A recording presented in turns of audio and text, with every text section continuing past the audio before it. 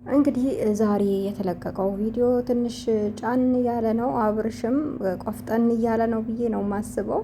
አሁንም ቢሆን ይቀርሃል። ቢሆንም እንደ ወንድ እንደ ትዳር ማለት ደግሞ ትልቅ ነገር ነውና በትዳርህ ነው ሰው የመጣብህ፣ በትዳርህ ነው ሰው እየሸቀለብህ ያለው። የሚወድህን የሚጠላህን ሰው ደግሞ በዚህኛው አውቀህ ለይተህ አሁንም ቢሆን ድግምት ተሰርቶብሃል ተብሏል። ማን እንደሰራብህ እንደዚሁ ወንበር ላይ ቁጭ ብላችሁ ተመካክራችሁ ሰው በንግግሩም የሆነ ነገር ታወጣለህና ዛሬ ሩታን ይዛህ ቀርበሃል። ነገ ደግሞ ሄርሜላን አምጥተህ እንደዛ ቀስ በቀስ እያደረክ ያኔ እርስ በራሳቸው ሳይሆን አሁን አንድ ላይ ሰብስበሃቸው አይ አንቺ እንደዚህ ነሽ፣ አንቺ እንደዛ ነሽ እየተባባሉ ብሽሽቅ ውስጥ ከሚገቡ ዛሬ ደግሞ ጥሩ ነገር ሰርተሃል ብዬ ነው ማስበው። አሁን ኤፍሬምም የሚናገረውን ተናግሯል። ቡዜንም እዛሃት መተህ ነበረ። ያው ሩታ አልፈቀደችም ማንንም ሳታስገቡ። አሁንም ቢሆን ሁለት ጉዳይ ያለባቸው ሰዎች መተው ቢያወሩ ጥሩ ነው ብዬ አስባለሁ። ለአንተም ለትዳርህም ለወደፊት ለምናንተ የሚሆንህን ሰው ለመምረጥ ውሳኔ ለመወሰን እንደዚህ ብትሄድበት ጥሩ ነው ብዬ አስባለሁ። ሰላም አለይኩም ወራህመቱላሂ ወበረካቱ። ውድና የተከበራችሁ የተወደዳችሁ ውድ የቻናሌ ቤተሰቦች እንዴት አመሻችሁ? እንዴት ናችሁ? ደህና ናችሁ? ሰላም ናችሁ? እኔ ጋር ሁሉ ሰላም ሁሉ መልካም ነው። እናንተም ጋር ሰላም እንደሚሆን ሙሉ ተስፋ አለኝ። ባላችሁበት ሰላማችሁ ብዝት ይበልልኝ ያልኩኝ ዛሬም እንደተለመደው በአዲስ ቪዲዮ መጥቻለሁ። ወዳችሁ ፈቅዳችሁ ለምታበረታቱኝ እጅግ አድርጌ አመሰግናለሁ። ለቤት አዲስ የሆናችሁ ላይክ፣ ሼር፣ ሰብስክራይብ ማድረጋችሁን አትርሱ። የደውል ምልክቱን ተጫኑት።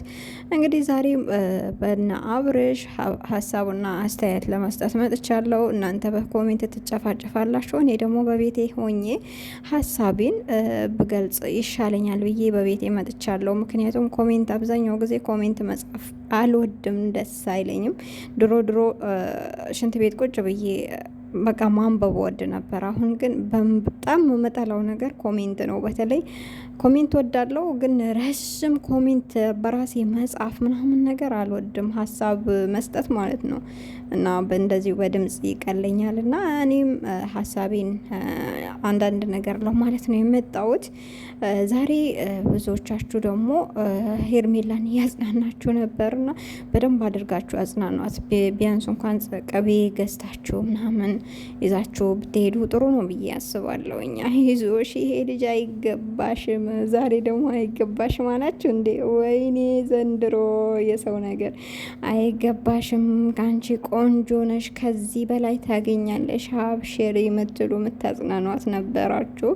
እንግዲህ ኮሜንቱን ካየሽው ለመጽናናት ሞክሪ። አንቺ የሚወድሽ ብዙ አሉ ማለት ነው። እንደ አንቺ አይነት ውሽምነት የሚወዱ የሰው ባል የሚሰርቁ ብዙዎች አሉ ማለት ነው። ሩታ መቼም ትችያለሽ።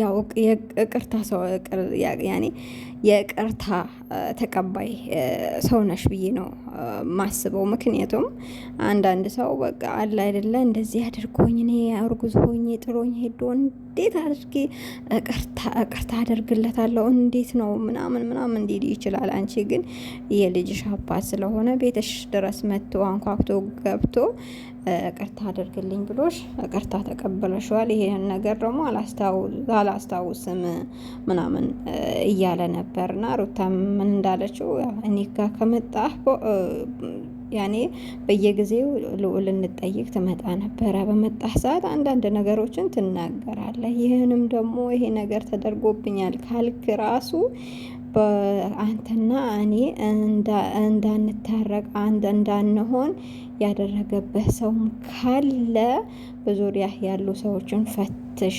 እኔ በልጄ አባት እንደዚህ አይነት ነገር ማደርግም ሰው አይደለሁም፣ እንደዚህም አይነት ሰው አይደለሁም።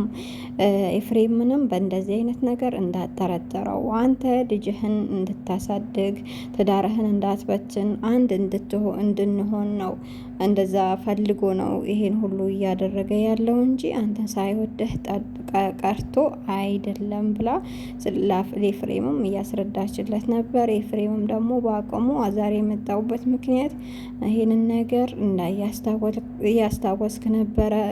የሩታንም ቤት የመጣኸው ደግሞ አንተ ራስህ ነህ እንጂ እሷ አልመጣችም። ቅርታ አድርግልኝ ወይ ቅርታ አድርጌልሃለሁ አላለችህም።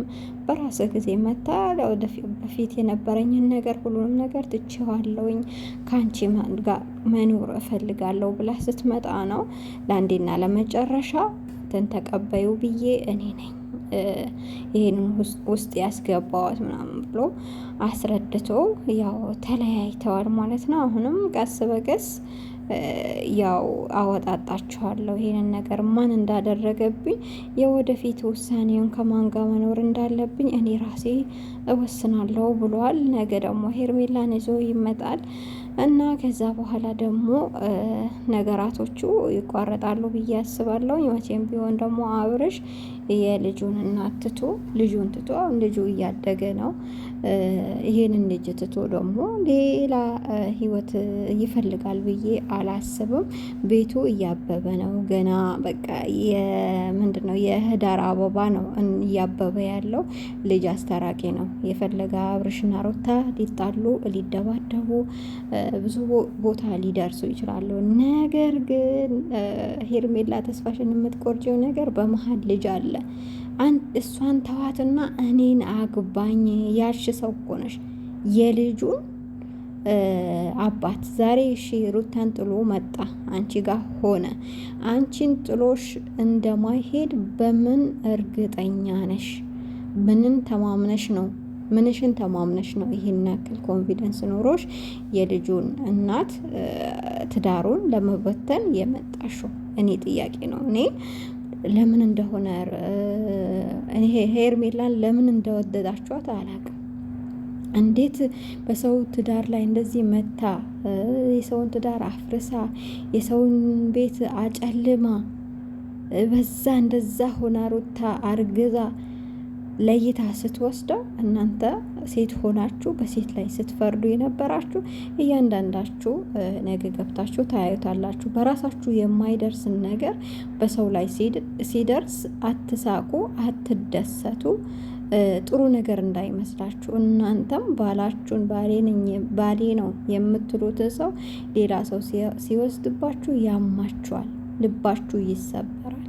እዚህ ማንኛውም ነገር እኔ ብሆንስ ብንል ጥሩ ነው ብዬ አስባለሁ። በተለይ የማዳም ቅመሞች ብትረጋጉ፣ በሰው ይሄን አክል ውሳኔ ባትወስኑ ጥሩ ነው። እኔ የታየኝ ነገር የለም። በሩታ ብዙ ጥፋት አላየውባትም። እንደው ትቷት ሊሄድ ቢፈልግ ራሱ በዛ ሰዓት ባረገዘች ሰዓት ትቶ መሄድ አልነበረበትም። እንደውም አብርሽ ጥፋተኛ ነው። አሁንም ደግሞ ይቅርታ አድርጎ እንደ በፊትም ሶስተኛም አራተኛም ይሁን ቀለበት መልሶ አስሮላት ይቅርታ ጠይቆ ከነ ቤተሰቧ ማለት ነው አርግዛ የሰደበቻቸው ለሱ ብላ ብዙ ነገር የሆነችላቸው የተዋቻቸው ቤተሰቦቿን በእርግዝና ሰዓት ነው አንስተው እነሱ ነበረ ሲንከባከቧት የነበረው። ስለዚህ ይቅርታ አድርገህ መልሳት እልሃለሁ።